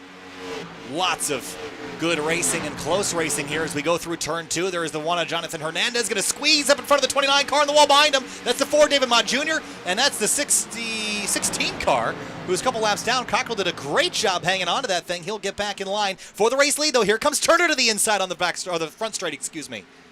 Yeah, I think the 33 car is the car to beat here, but that 24 is certainly showing that he is he's the guy that could take it to him. A little bit slower in 1 and 2 here, but that 33 is going to run all the way up to the wall, try to get as much of a run as he can off the backstretch. But that 24 is going to have the draft. He's going to look to the inside here going into turn 3. This is some high-octane racing from Darlington. These guys have not let their guard down since the drop of the green flag at the start of the race. The 24, hard left. He's really good in turn 4 here, and he's going to get alongside again. Yeah, it really shows that he's really good in 3 and 4 on this track, but that 33 is really strong in 1 and 2. 24 is going to snag and lead away here. That 33 is going to go straight to the outside, trying to set up his pass for the backstretch. And 33 is going to cut down. He's going to have that draft help with that 24 car, but here comes that 42. He's not out of the picture yet. He's saying, hey guys, what about me? But big gaggle back here. 5 cars involved in this little pack here. A bit of a skirmish for about 7th spot. Hernandez is at the front of this position. The 29 real tight out of turn 4. That's going to stack up the 25, the 15, and the 28. All the way back from 7th to 11th in that battle. Make that actually 12th place as Casey Lacadas is back there. Now that 15 on the other side of the 25. They got real tight there in turn 2. Yeah, it really shows that how much clean cars are left. You can see probably a gap about a whole second and a half on that 92 to the 1. So same close, or not same close, but the 92 car with a really strong run. And big gaggle back here. The 50 is going to go to the inside of the 25. They're going to be side by side going into 1. Alex Bell has had a little bit of a strong run this season. A little bit of a damage on his car. Doesn't look like he has a Darlington stripe yet, but he's been keeping a clean and green all night. He's going to try to take the fight to 8th place of Angelo Rielos. There's the 28 of Telganoff to the inside lane now. And you're talking about Alex Bell. This has been a really good season. No wins yet so far this season, but 4 races in, he is up to 4th place in the points. And this is one of the better seasons that he's had. Again, a new team for him, the Sim Motorsports team with the 50 and the 54. Yusuf Ghali, a notable driver, omitted from tonight. As we go back to the front, Bailey Turner stretching that lead. Yeah, I believe the 54 has a little bit of a suspension going on. So Sim Motorsports more of a suspension from ORL or from iRacing? From ORL. Oh, okay. I believe there is some sort of conflict there, but 54 seems to be absent. He was absent last week, and he's absent this week, so maybe a little bit of a suspension going on there. So Sim Motorsports now, 2-car team so far with the active cars. 70 laps in, and next time by will be the halfway point. I think we've seen plenty of action. I think we've seen enough for a full race here at Darlington, but the sun is going down. The intensity ratchets up here at the track Too Tough to Tame, and the lady in black has certainly made an appearance tonight. And there's some black eyes going out after this race, I think. I gotta say this, as I observe this, it looks like the lower lines are starting to come into fruition here. Everyone's not really running against the wall, as we saw earlier in the race. As the night comes into fray here, looks like the lower lines are starting to prevail as the quicker lines here. And the 24 is really showing that he has 6/10 over the car that was pretty much the guy to beat tonight. Bailey Turner's trying to steal a win away, and he's pulling away. Yeah, Stravato, I think, has been the most consistent up towards the front of the field, but there are more drivers to keep an eye on. The 42, the 20 is now battling for 3rd place, and let's not keep our eye off of the 48 of Jeff Wright in 5th, or the 28 of Andrew Telganoff, who is running 8th place right now. And Matthew Close has quietly crept his way in here after starting all the way back in 26th. And Jonathan Hernandez with, I believe, a season best run. Oh, trouble behind him. There's more trouble. There is a 15 slipping and sliding down the back straightaway. He will recover. What a save. Man, everybody tonight's been doing such a good job to not point their cars to the inside wall. They somehow correct them. But Alex Bell with a big moment on the backstretch. We're going to see off the corner. Jeremy Miller kind of hooks together with that 15 and tail swipes. Holy cow. Wow. Look at that. Look at him drive that car. He slammed the brakes there, and that corrected the car. And Alex Bell is going to settle into, I believe, I want to say the 12th place. 12th place, yeah. So he will hang on. What a drive to save that car and continue. Jeremy Miller caused that 15 going to bounce off the wall in turn 4. And like I said, once you hit it, it turns into a magnet. And the 9 car back to the bottom of the racetrack now. That's for 13th place. Yeah, once you hit it, you really just start hitting it over and over and over again. So you got to make sure once you hit it, it's just a one-time visit with that Darlington stripe there. So up front, that 24 with a clean car, probably the cleanest car on the track. I don't think it has any damage. Yeah, it's completely perfectly fine. You can probably sell that for mint condition after the race tonight. But that 24 car has been really stout up front, and losing a little bit of time to the 33 car, but that 24 car has been really showing that he's a car to beat. Well, never driven in winters, and it's a southern car. No rust, I know what I have for Bailey Turner in that 24 car. I just have noticed a change in this driver. In the last, 2 years, I think Bailey Turner used to be out here, one of those drivers that if you were leading, he was going to move you. I think I've seen a lot of patience out of Bailey Turner in the last season and a half or so, and it's I don't know if it's really been a more successful route for him, but it's certainly a better route for longevity. I think people race him differently now. And while it has not been a miraculous start to the season, look where he is. He's out front, running with no damage on that car, and I think there's a lot to say about the change that Bailey Turner has made to the driving the last couple of years. He has certainly turned something backwards and around, and it's helping him this time, I think. Yeah, not everyone has to be that really intimidator type thing, and looks like Bailey Turner has sort of realized that, and he's been a little bit more, he's been giving a little bit more than he's been taking, and that certainly helps with the on-track respect of his competitors. And he could, yeah, definitely get a little bit of that. I think what it does is not only does it gain you the respect of your peers, I think it also just gives you consistency. For a lot of drivers that have that, as you describe it, sort of that intimidator style of racing, it's checkers or wreckers every week, and there's a lot of drivers I could tell you that are like that, but I think it takes a special driver to figure out how to turn it from checkers to wreckers into top 10 days and top 5 days, and for a lot of drivers that's what gets you a championship. It's not always the driver, as we saw really with all the sim motorsports drivers the last couple of years. You can win races all day long, it does not guarantee you a championship. Yeah, you really got to get the season rolling, and then once you, see where you shake out on points after the first few weeks, you can kind of play out your races to see how can I get out of this race with the most points as I possibly can, Maybe if you're like, 15th place car or 10th place car, you can try to steal some black line points and maybe get 9th place or 8th place points, and that can really help you in the postseason. Well, at the end of the day, they don't award you championships for the number of wins that you get. It's the number of points that you get. And while winning certainly gives you the most points, you can't win every week. That's just not going to happen. So how you really win championships is by when you don't win, where are you finishing?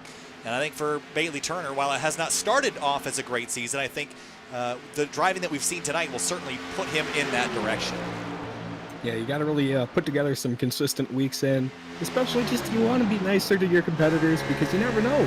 Maybe if you're in a situation where you need some help and car that is running a lap down with a good bit of damage and you get caught on a pit cycle, they can help you out and let you have the spot. But it's good to have friends on a racetrack, and while it's nice to be feared to some extent, I think it's better to fear a driver's pace than their driving style. The 4 and the 92 battling for 9th place right now. A bit of a wobble and a weave for the 92 down the front straight. That'll leave Brian Chambliss the opportunity. Oh, they crash! Man, that's definitely gonna be a caution. No car. What in the world? The racetrack's narrow. The apron's big, man. They don't. Ooh, then it's gonna get really dicey with the 15 and 30 coming back in here.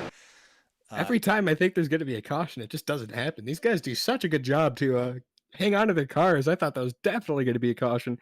He slides out sideways, and with a big slide, he gets it back righted. No spoiler, so you can't really blame the spoiler for that save there, but that 4 car, definitely with a good bit of damage, he's going to try to hang on. There's sort of on the 92, he kind of bounced off the wall and hooked the 4 sideways, so I'm not sure he'll be thrilled about that scenario, but he's back out. The 25, Tim Downey, hard left to avoid contact there. He gets by and make that for 14th. Yeah. And, we talk about some points contenders. Adam Cabot, he's riding 27th right now. He had a really early incident that pretty much took him out of contention to win the race. And, he's just logging laps, getting some spots on attrition. I believe he can climb as high as 23rd. I'm not sure how many cars that are listed as out are still running right now. But, no, this helps him. I mean, you got to keep running laps and just don't quit the race. Sure, it may be frustrating, but you got to keep getting those spots on attrition because you never know when that 1 point or 2 points may help you. Well, think about where he is. He's 74 laps down. We've got, 60 laps to go, 55 laps to go. He can pass a whole host of drivers all the way up to 22nd position RJ Root. That's how many drivers he can pass. He's 27th right now, so he can gain 5 or 6, maybe even 7 spots just by continuing to run this race out to the end. So I like Cabot's call here to get back out. You just got to hope that you can stay running for the whole rest of the race. And maybe that damage that he got from that wreck was a little exaggerated. I was kind of surprised by when he got involved in that accident, how quickly his car flew to the inside wall. That was pretty incredible. But just iRacing things, and a little bit of contact here, but that 92 is going to keep it going. Sometimes you can smack the wall and get away with it. Other times you're not as lucky and grabbed into the wall. But that 92 of Matthew Close, he's been having a strong run today in 12th. He's been as high as, I believe, 8th, and he's been having such a strong run, and he's just behind the 15 of Alex Bell. down the back straightaway here at Darlington Raceway. 86 laps complete of 140. Watching second place AJ Stravato. He continues to run. Bryce Calusa in third. He's having a really nice night tonight. Jeff Wright fourth. Zach Floyd in fifth. There's the 20. I cannot keep saying drivers are having a good night. It's just not going to work out. Commentator curse. Yeah, you got to start saying they're having bad nights, and then they'll. I don't even know if it works like that. I think if you just mention their name at all, they just have a bad night. It's always the drivers that you don't talk about, like Jeff Wright. We have not really talked about a whole lot tonight. He runs fourth and has had a pretty uneventful evening. Yeah, that rule seems to be true for everyone that's not named Connor Horn. Seems like every time we write him off, he somehow wins. But Connor Horn not here tonight, and he'd probably somehow find a way to win anyways. But the 65 on pit road, I believe this will start our final cycle. No, he's actually out of the car. Yeah, he he's crashed at the exit of turn 2, so he is out for the night. Zach Floyd in the 42, trying to hold off Andrew Telganoff, who's found another gear. Telganoff is the fastest car on the racetrack right now, with the exception of the drivers that have just left pit lane. Like those, like the 77. So Telganoff is still running very quick laps, and he's still not out of this thing by any stretch. Yeah, he's a fair bit behind that 24, but he wants to try to leapfrog a good bit of people to try to have that little bit of, restart or the pit lane advantage when everyone comes down the pit if we get a caution, and that'll definitely help him in the grand scheme of things. I don't think he'll be able to run down that 24, but it definitely puts him in a great spot if he gets a caution. He might be able to run him down if he could just get by the 42. He's been hung up on this driver for a little while. Still can't complete the pass as we start lap number 90 next time by. And after that, it'll be 50 laps to go. We get down to our final 25 minutes of racing here in ORL. And when we get down to the last 50 or 40, 30 laps, it feels to me like we're at the end. Crossover at the exit of 2. Here he comes. Yeah, that 28 displaying a good bit of patience here. He's not really going for it in one corner. The 42 is going to finally let him have it, and that's just a little bit of courtesy there. And that 28 is going to slide up just in front of him. That 42 is going to try to go for a little bit of crossover here. Doesn't have the momentum. Not going to happen. So Telganoff takes over 5th place. Now he sets his sights on the 48 up in 4th place. That's 1.2 seconds to get there. Let's keep an eye on Jonathan Hernandez as well, closing in on Zach Floyd. As next time by will be 50 laps to go for Bailey Turner. He has led 32 laps tonight and continues to lead this race by over 2 seconds. AJ Stravato now has not led as many as Bailey Turner, so Turner now has led the most laps of anyone this evening. Yeah, Hernandez is having a little bit of a solid run this season. Hasn't been too flashy here and there, but he's been having some moments of brilliance. He's been chilling in the top 10 spots, 6th to 7th, and he's been really settling in. And the longer you run in the league, the more competitive you get, and the more laps you get around these this really competitive field. This is probably one of the most competitive fields on SimTV. But it's all the 24 of Bailey Turner up front, 2.3 seconds over the favorite, AJ Stravato. And man, has he found another gear here. Bryce Calusa sizing up that 33 car. And Bryce Calusa, looking at his season so far, started 4 races, 1 top 5, 1 top 10. 70 points back from the points leader. He could really use a night like tonight. The points leader is Jeff Wright, who's behind him by 4.5 seconds. This would certainly be a good finish for him if he could just finish it out here. Matthew Close has hit pit lane. I didn't literally mean to hit pit lane, but he looks like he did both. What in the... That was strange. That car kind of popped in when we looked at it, so that was pretty weird. But that 20 is all over the back. Look at the 33. He's quicker than him. He just can't really get enough momentum rolling to try to make something happen here. He's been maybe 100th or 2 quicker than that 33 car, but it's just not enough to try to challenge him. Bailey Turner leads now by 2.6 seconds. Now he's the fastest driver on the racetrack. Telganoff has burned off his tires a little bit. And speaking of tires, look at the lap time difference. We're about 2 seconds off pace. If you pit early, you could gain 2 seconds a lap. So maybe pitting early is the way to go here as we close in on 40 to go in just about 5 or 6 laps.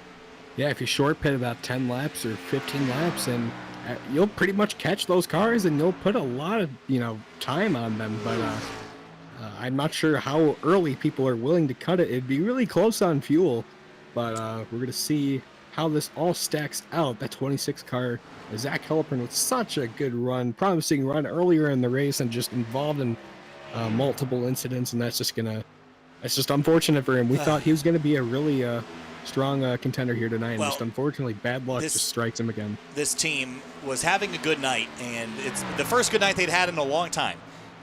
And looking at their season so far, Halpern is 6th in the standings. And I think this was about to turn him around a little bit, and this is just going to continue the bad luck and poor performances that this team has had, and it's not necessarily always been of their doing. They've just been in bad places at the wrong time. He runs 20th right now, back on the racetrack, and trying to defend from Adam Cabot, who continues a lap to try to make up some of the time on those that have crashed. Yeah, that 26 he's been pretty, I want to say a little vocal about his frustrations this season, but that's just the product of racing. Once you have a few bad weeks, it just gets really frustrating. You don't know when the bad luck's going to end. You just got to try to hope it happens soon. And that 24 with almost half a straightaway lead over the rest of the field.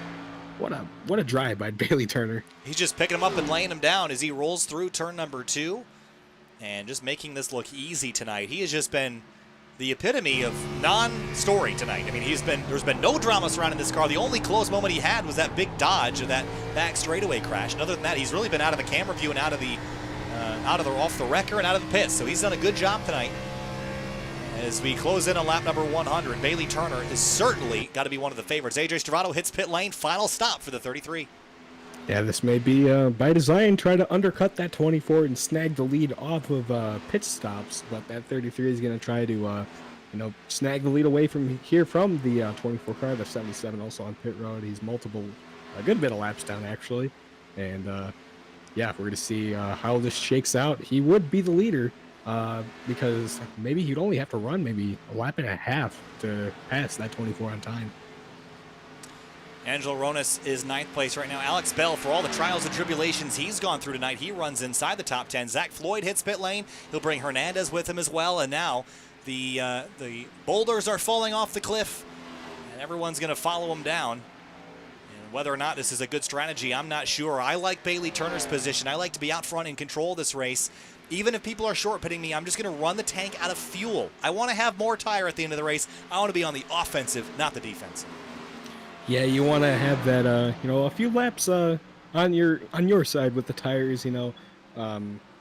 That's pretty much been the strategy with a lot of these heavy wear tire tracks, and that that 24 is taking that long haul with that long haul approach. It's going to be interesting to see how all these guys on new tires are going to blow by these guys. You got to be really careful. This is a track where not really many opportunities to pass without burning up your tires. So maybe that 33 is going to burn up his tires a little bit more than Bailey Turner is when he's going to try to get by all these slower cars. Cone flying there on the exit of turn number 2. Got to wonder who hit that and what penalty they might have to serve. We started this race with 30 cars. We are down to 21 running. We only have, at the moment, pit stops underway. 9 cars, make it 7 on the lead lap, so that's going to shift quite a bit in the next couple moments. 40 laps to go. Andrew Talganoff to 3rd place. I think Talganoff should play the same strategy as Turner and stay out and have good tires for the end. I like him on the offensive. I think he should stay on that strategy. I say 1 or 2 laps, you should try to come in, try to, not, stay out as long as a 24 car, but maybe a lap or 2 earlier so you can try to get a little bit of an advantage on him. We saw the 33 rocket by the 50, and really close to 1 and 2. I'm actually surprised Netcode didn't take it there. Well, but, I think for the 28, I think the advantage is to stay out longer than the 24, because if you short pit, yeah, you're going to gain time, but the 24 is faster than Talganoff right now. So if Talganoff wants to get a leg up, he needs to stay out longer so that he'll have better tire for the end of the race and be on that offensive position. It's a short-term gain, long-term loss if he pits before the 24. But we'll see what they do here with Bailey Turner now hitting pit lane. Can he get the car down? A very tricky pit lane entry, conservative for the 24. And that's an opportunity for everybody else to gain time.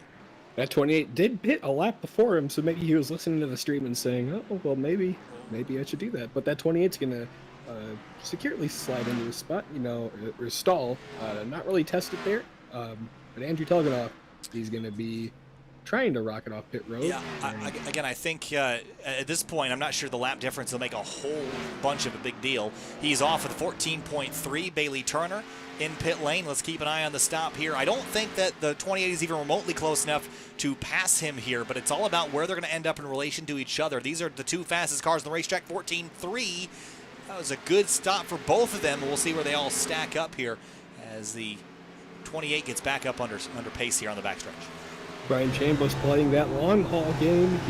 If the caution does come out, he'll be on fresh tires, but everyone else will be on old tires, and they'll have to take the wave around, given that 4 doesn't stay out with him.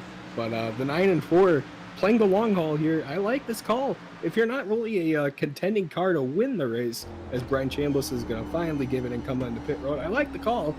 Just unfortunately didn't happen for him. But David Mott, I believe, is going to assume the lead here temporarily with that without a spoiler, so maybe that's helping him a little bit. Yeah, again, at this point in the race, if you're David Mott Jr., you're not going to win doing anything else. You might as well stay out and hope for a caution. I don't think we're going to see a caution. I think we're going to run this out to the end. We've seen chaos and confusion that didn't lead to yellows. I think it takes a lot of circumstances to get us one of those caution flags. The 92 of Matt Close gets him the fence. The 33 goes on by. Now, Stravato is in front of Bailey Turner. So we'll see how much of a gap he's got because of that earlier pit stop, whether or not that'll pay off for him. Yeah, it looks like he's at 33. He's gonna keep the lead for now. I'm not sure how long of a gap it is back to the 24. Oh, pretty about sizable though. It's not small. Ooh, I don't know. I mean, 40 laps is a long time at Darlington. Albeit, well, it's not. Time-wise, it's not too long. But for the drivers, they feel every second of that. So. The 24, maybe he'll have something for him, but I'm not too sure if it'll be enough time to try to reel him back in. I like this call by AJ Stravato, but man, it's really hard to predict. Bailey Turner on the back of the 25 now working his way through traffic. He'll go up the inside. We'll put him, this 42 car will put him in third place here. So again, position-wise, he's not that far down, and just in terms of where he is on the racetrack, it's certainly going to hurt him. Let's just ride on board here. We'll find where AJ Stravato is here, and I think we're going to see him exiting turn 2 right here, and just feel how long this is. There's the 24 right now. It's a long time, but he gained a second and change in the last time around, so he is coming with a whole bunch of speed. I don't think AJ will be able to hang on to this. Oh, car on the wall. That 92 has a big moment there as the 4 is going to finally give in and come on the pit road with that 92 with a big moment in turn 3. He smacks the wall. He keeps it going, but that 24 is coming in a hurry. 4.8. It was 5.2 on the backstretch, so he gained over 4/10 in 1 lap alone. We're going to see how he can do to try to challenge this 33. Not really many cars separating him between the 33 and 24. Coming to 30 laps to go and a few laps here. Casey Lakatos is up to 10th, Alex Bell to 9th, Ronas 8th, Kalusa 7th, Telganoff in 6th. I'm watching that 28 car as well because he's running pretty much equal times to Bailey Turner, and he might be able to pass the cars in front of him, put himself up as high as 3rd. If we get a caution, that 28 car be my pick with the aggression level he's had. 4 seconds now between the race leaders, 30 to go next time by the stripe. Yeah, we're going to start seeing that 24 come into frame here. He's not too far back. And I believe he's going to, I don't think there's going to be any challenge if that 24 can catch that 33. As you can see, that gap is shrinking. 2 lap cars ahead. I'm sure they're going to let him go by here. Maybe not Jeremy Miller. We see him how aggressive he races. Like a Ryan Newman on the track. But Jeremy Miller, he's going to run the high line, going to run the line, but the 24 wants. I'm actually kind of surprised by that. But they're going to be really close off the corner. 30's going to run high. He's going to back off, and he's going to let him go. And that 24, nothing separating him. Or between him and that 33. The 4 has fresh tires, so I don't believe he'll catch him on speed. Bailey Turner now last time by was a full second quicker. It's 2.5 seconds. He is flying. 29 laps to go for AJ Stravato. He knows that this is not going to be enough to actually say it's too much time for him to hang on to this race lead, but he's hoping for a caution about 5 to 6 laps from now to keep Turner behind him and then require another pit stop. This is all a bid for track position. I think he knew he would never be able to stay out front in the 24 long enough to be able to claim this win, but it was a call that he had to make, and it gave him the track position. He needs luck to help him out a little bit, and trust me, we're not at Lady Luck tonight. We're at the Lady in Black, and she is angry, as always. Yeah, we saw a huge wreck, and I wouldn't be surprised if it happens again. Maybe one car, spins around. That can cause a big moment on a restart. But that 24 is flying.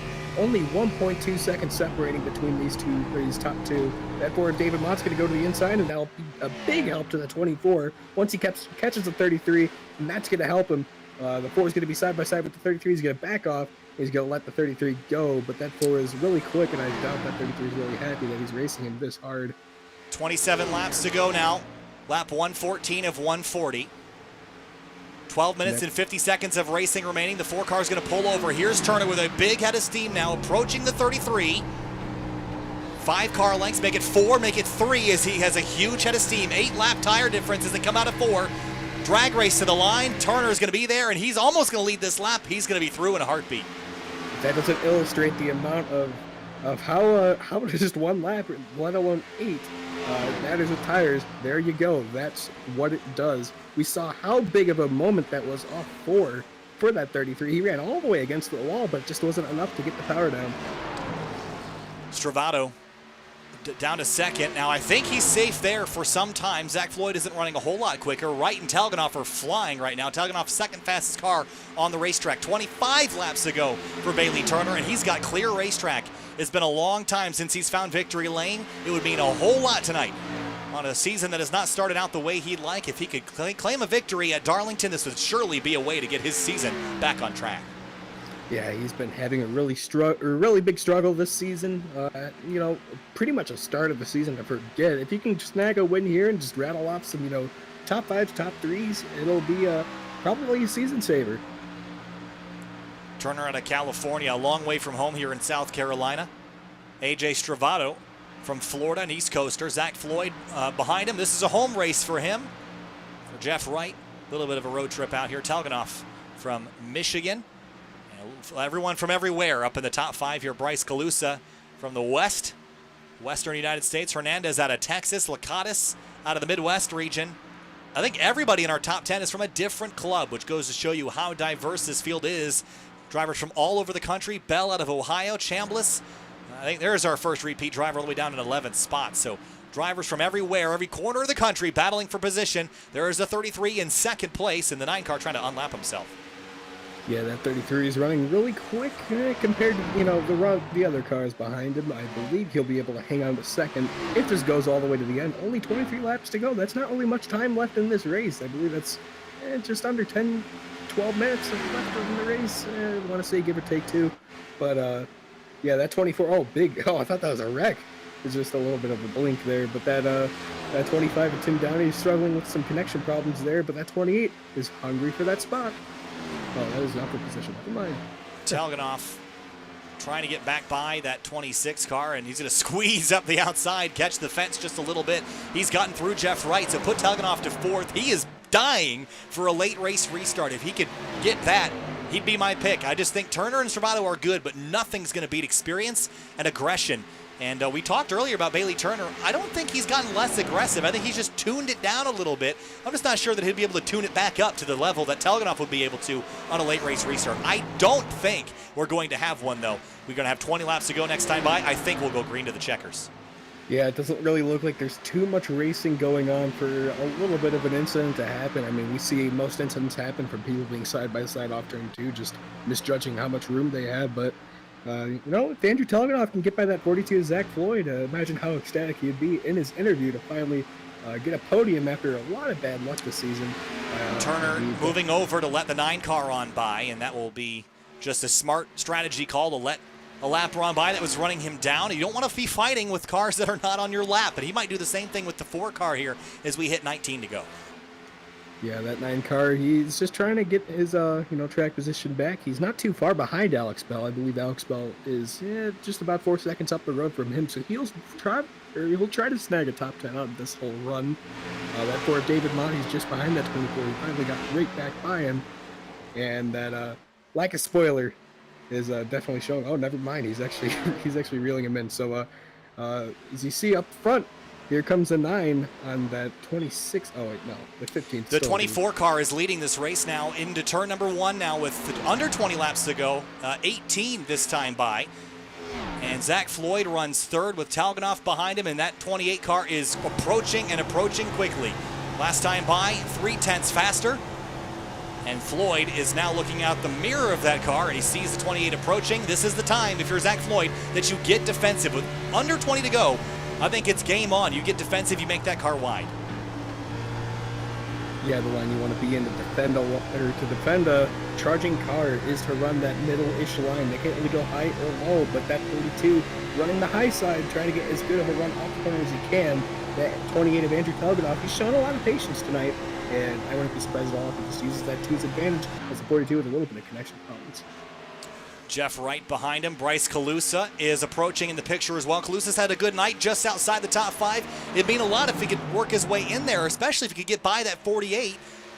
who is the points leader coming into the evening. So if he could get by that, that would certainly help his points deficit. Good battles for third, good battle for fifth as we hit 16 to go. And we sort of rode off that 48 car after that pit road incident, but he's rebounded to a 5th place run, so that's a pretty solid run here. But that 28's all over the back bump with the 42. They're going to try to go side by side going into this corner. Andy Telgenoff really wants that spot as soon as he can get it because he wants to chase down, or try to chase down that 33 car. For AJ Stravato, the time is running out to get a yellow, and Telgenoff would like the same. And it's a whole host of Chevrolets at the front all the way back, I believe, to Casey Lakatos, who is the first non-Chevrolet driven machine in 8th place tonight. So the bow ties are dominating here. The 4 cars heavy in the fence behind the race leader, but no changes. 24 still hangs on. Not sure if I'm wrong about this, but I believe the 28's a Ford. Oh, so, you're right. The 28 yeah. is a Ford, so correction there. Thank you for that. So Telgenoff, the only driver inside the top 5 that is a non-Chevrolet. Still bow tie domination right now in the top 3, and Telgenoff still banging on the door for that 3rd spot. Yeah, that 42's damage is starting to come into play here. That 28 running really close to the outside wall. Man, these guys are using every inch of this racetrack. The 28's going to use the momentum, going to go to the inside. They're going to be side by side going into 3, and that 28's going to dive down to the inside. The 42's not going to let him have it because this is it. And the 42's going to get that really good momentum off the high side, and that 28's going to try to slot in behind him here. He's going to have to try to go for it again. The 42 gave the 28 that line earlier in the race. He let him go. But with 13 laps to go, you're not letting anybody go anywhere. You're going to fight that. He did, and that time he held on. Earlier in the race, they did the same exact thing, and Floyd pulled over and let him go. But I think that grace that he had extended to him earlier is no longer in effect. Here's the 20 car of Calusa down to the inside of the 48 in turn number 3. Yeah, that patience with that 28 is starting to run out a little bit because that 20 and 48, they're on their way. They want this top 3 spot as well, so they could definitely use any spot they can get, and that 28 wants to get by that 42 as soon as he can. 12 to go. Make it 11 this time by 3 seconds. It's been green for a while now. We have not had a yellow flag since 10:48. That's basically 30 minutes that we've been going green. That's a long green flag run here. The 48's up the racetrack, or 42, excuse me. He gets into the wall, crosses over, and Telgenoff got by for a moment. Now he gets crossed back up. 3rd, 4th, they trade spots twice and move Floyd back to the 3rd spot. Oh, that 28 has to be frustrated behind the wheel. He tried that slide job, and it just didn't work because that 42 got that good run down the inside, but they're going to be on his bumper. Oh, here he goes! And here comes the 28, big run. The 42 smacks the wall, but he keeps the momentum somehow. I don't know how that happened, but that 42 is going to get a bumper full of that 28 of Andrew Telgenoff, and that 20 is going to run really high. He's going to cut down. Good move. Not going to be enough momentum built up. He's going to run really wide, and he's still going to be on the bumper. 10 laps to go for Bailey Turner, trying to run away from Stravato. He's done a nice job here, 3.5 seconds. And the battle for 3rd is the intense one right now. Floyd trying to make that car as wide as possible, had a lift. Telgenoff lifted to make sure they didn't wad him up, but here he comes now with a big run, and I think he's getting tired of backing out. Yeah, I wouldn't be surprised at all to see a little bit of a bump and run action here, but that 42 smacks the wall there. I'm not sure if Darlington's one of those tracks where that would prevail, but that 42 is definitely holding up this 28, and that's holding up these this 48 and 20 as well. So that 28's probably losing some patience here, and wouldn't be surprised at all with 5 to go to see a little bit of a turn or maybe a little bit of there it is again. The 42 lifts, no! And the 28 dives down to the inside lane to miss it, and he's through and makes a pass. And that was Telgenoff thinking a little bit ahead. There was still a touch, but he thought that was going to happen. He backed out and was able to dive drivers left and mostly miss him, and he's through to 3rd place now. Oh man, I thought I saw the 28 shoot down to the inside as a wrecked car, and that would change everything. But that 28's going to hang on. He's going to snag 3rd away, and this will be a season best run for Andrew Telgenoff. Ronis and Chambliss, this is for 9th. Alex Bell, 3/10 back in 11th spot, all battling for a top 10 position. Running out of laps, running out of time at the Lady in Black. Yeah, I like this call by Brian Chambliss. He wasn't really a top 10 car earlier in the run, but he's somehow used a strategy to, for his advantage. And that 29 is going to try to... the 29's in the fence. And then a touch again. The 9 car down the racetrack to the inside lane. And he'll get back up on the pavement. And move the 29 to 10th, I guess. But Bell gains 2 in that exchange. Man, this... all the wrecks that we thought were going to happen earlier on is sort of... happening now, but they're not actually happening. Everyone's doing a great job hanging on to their cars, but Alex Bell is going to get 2 for 1 there, and he'll slot himself into 9th place. And that battle will resume behind them with roles reversed. Now the 29 in 10th. The 9 car just outside. They're going to drag race down the backstretch here.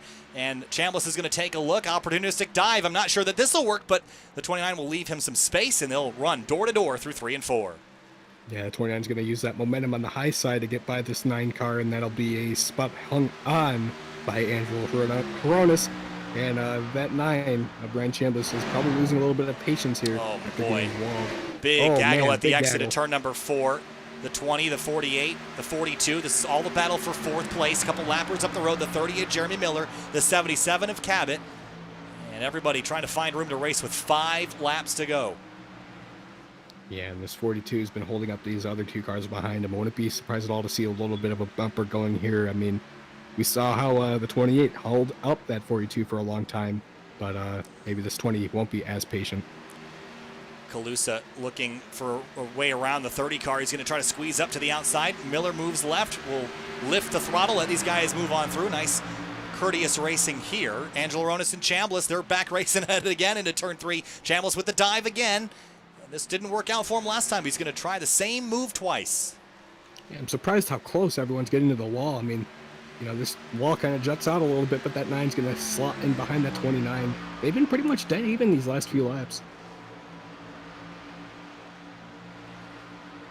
3 laps to go for Bailey Turner. The lead has actually dwindled just a little bit. He was 2/10 slower than AJ Stravato, and I don't think he's been in the fence, but he's coming up on that battle with the 9 and the 29, so maybe he's just trying to lift and not be a part of this. They're both in the fence, and next time by will be 2.6 miles left for Turner. If he can use up some of this lead to avoid running into the back of this group, I would do that.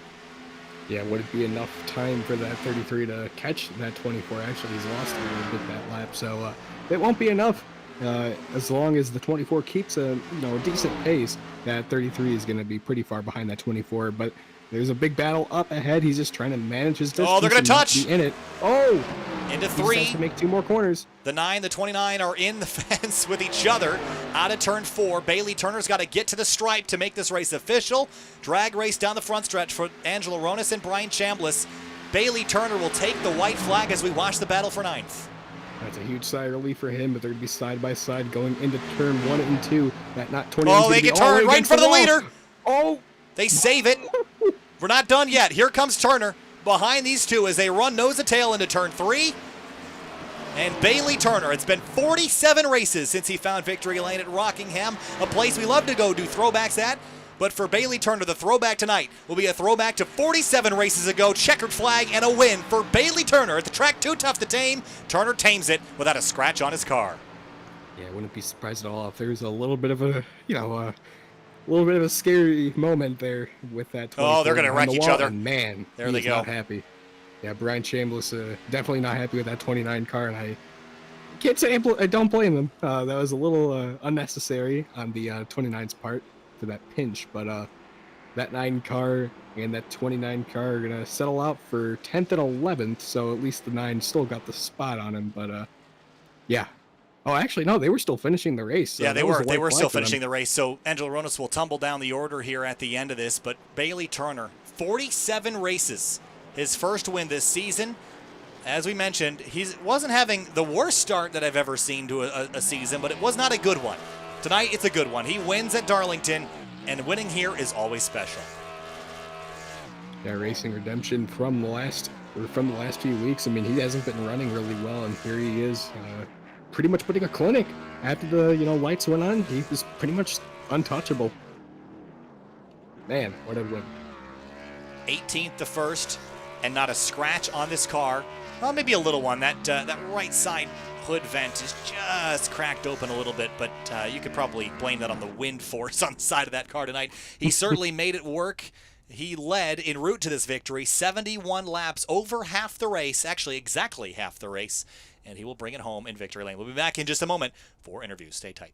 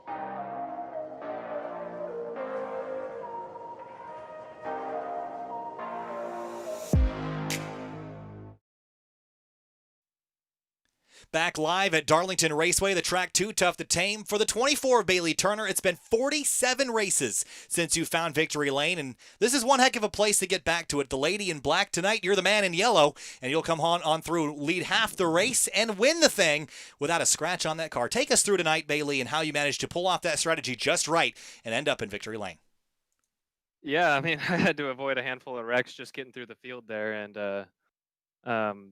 just wanted to be off sequence. I wanted to play offense there when we got those short runs. I don't know how many laps we went between 5 and 10 there. And with the way tire wear had been, I was like, okay, I'm going to go down and take tires and I want to play offense this whole race. And avoided that wreck off of turn 2. I don't know how I did. I still haven't even, I saw the replay and I was like, I don't know how I did that. But yeah, just after that, just trying to play offense. And just honestly, I was a little timid as far as turn 3 and 4. I didn't want to wall the car too many times. And so I was probably taking a little unorthodox line, and probably it was costing me a little bit of time, but I felt comfortable with the pace with who was left in the race. And I mean, I wish I was racing that out a little harder with AJ there. I know he had a penalty and all that, but appreciate Reggie, my crew chief over there, helped me with a little strategy as far as tires, and then dedicate this win over there to Jimmy Johnson. You have to, the old 7-time, had to run the throwback for him.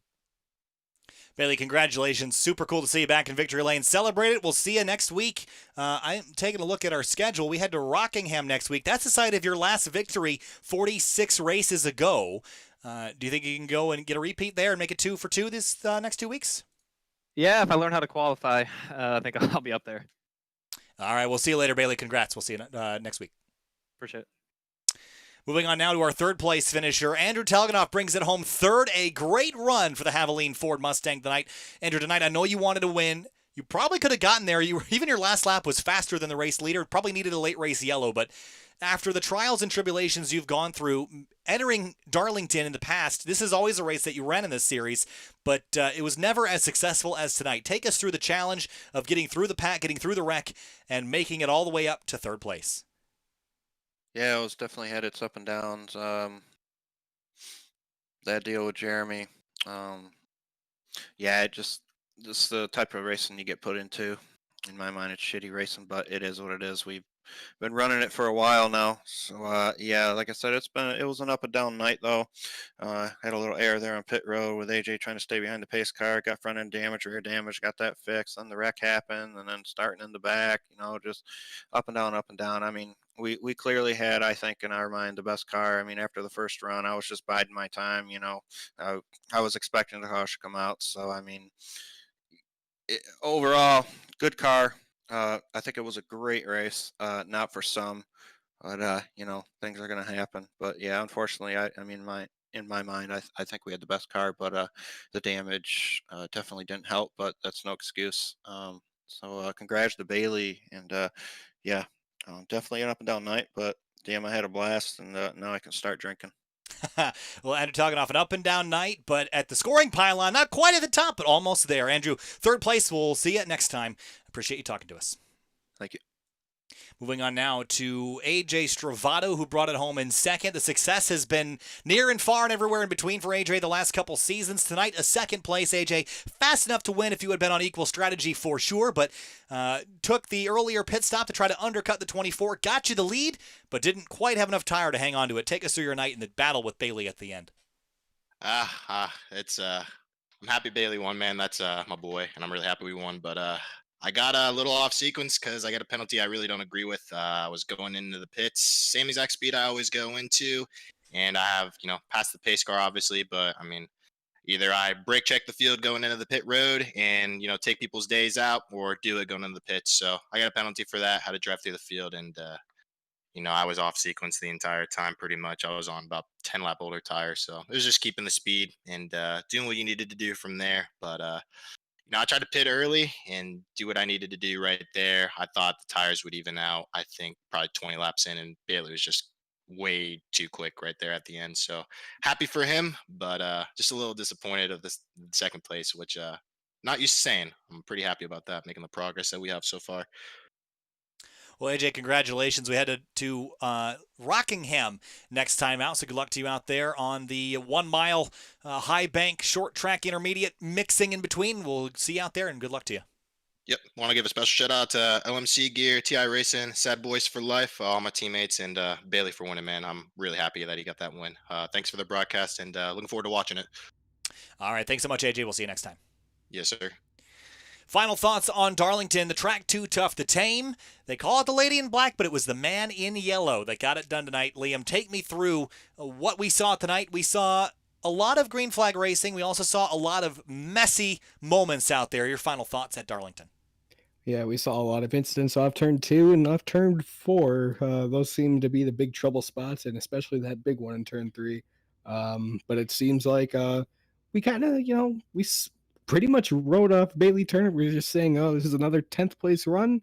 And he ended up, showing us that he could just still drive up there and get it done. And we saw with this, transition from day to night, how the line changed a little bit. We saw a bunch of guys, running like all the way against the wall, and it kind of moved down a little bit as the quicker line as the night progressed, and we saw more passes on the inside compared to the outside. So, yeah, passing looked a little bit more easier as the time went on in this race, and it was definitely a great show.